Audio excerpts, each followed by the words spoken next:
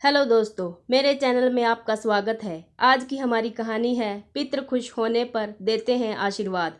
अगर आपने अभी तक मेरा चैनल सब्सक्राइब नहीं किया है तो मेरे चैनल को सब्सक्राइब कर लीजिए, साथ में बेल आइकन को प्रेस कर लीजिए।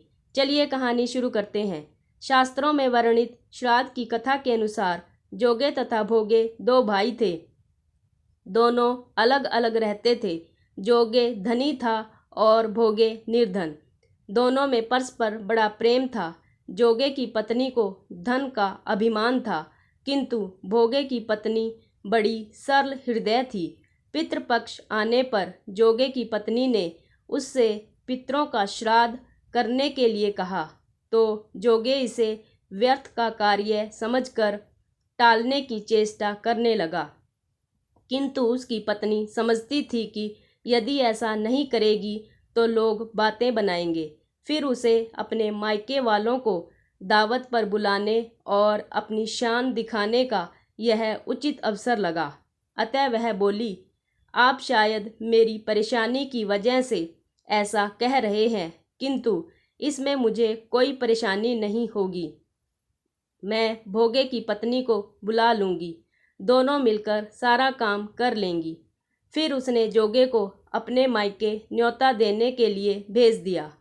दूसरे दिन उसके बुलाने पर भोगे की पत्नी सुबह सुबह आकर काम में जुट गई।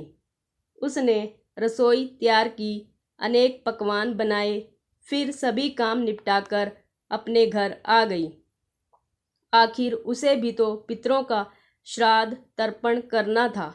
इस अवसर पर न जोगे की पत्नी ने उसे रोका, न वह रुकी। शीघ्र ही दोपहर हो गई।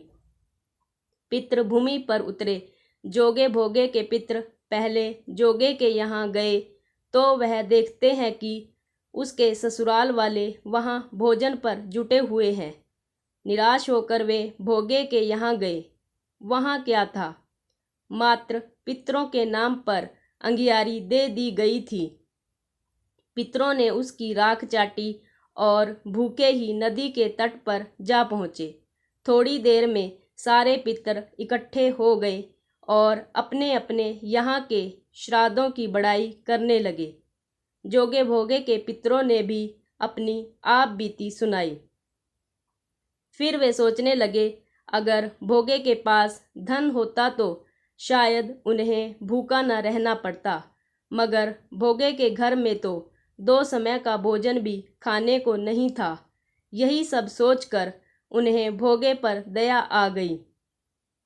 अचानक वे नाच नाच कर गाने लगे, भोगे के घर धन हो जाए, भोगे के घर धन हो जाए। सांझ होने को हुई। भोगे के बच्चों को कुछ भी खाने को नहीं मिला था। उन्होंने माँ से कहा, भूख लगी है। तब उन्हें टालने की मंशा से भोगे की पत्नी ने कहा, जाओ, आंगन में बर्तन रखा है, उसे जाकर खोल लो और जो कुछ मिले बांट कर खा लेना। बच्चे वहां पहुंचे तो क्या देखते हैं कि वह बर्तन मोहरों से भरा पड़ा है।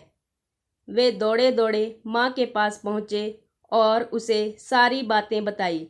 आंगन में आकर भोगे की पत्नी ने यह सब कुछ देखा तो वह भी हैरान रह गई। इस प्रकार भोगे भी धनी हो गया, मगर धन पाकर वह घमंडी नहीं हुआ। दूसरे साल पितृपक्ष आया। श्राद्ध के दिन भोगे की पत्नी ने 56 प्रकार के व्यंजन बनाए, ब्राह्मणों को बुलाकर श्राद्ध किया, भोजन कराया और अपने सामर्थ्य के अनुसार दान दक्षिणा दी। जेठ जेठानी को सोने चांदी के बर्तनों में भोजन कराया। इससे पितृ बड़े प्रसन्न तथा तृप्त हुए। उन्होंने भोगे को सदा सुखी और धन धान्य व सुख समृद्धि का आशीर्वाद दिया। वीडियो अच्छी लगे तो वीडियो को लाइक कर दीजिए, शेयर कर दीजिए। धन्यवाद।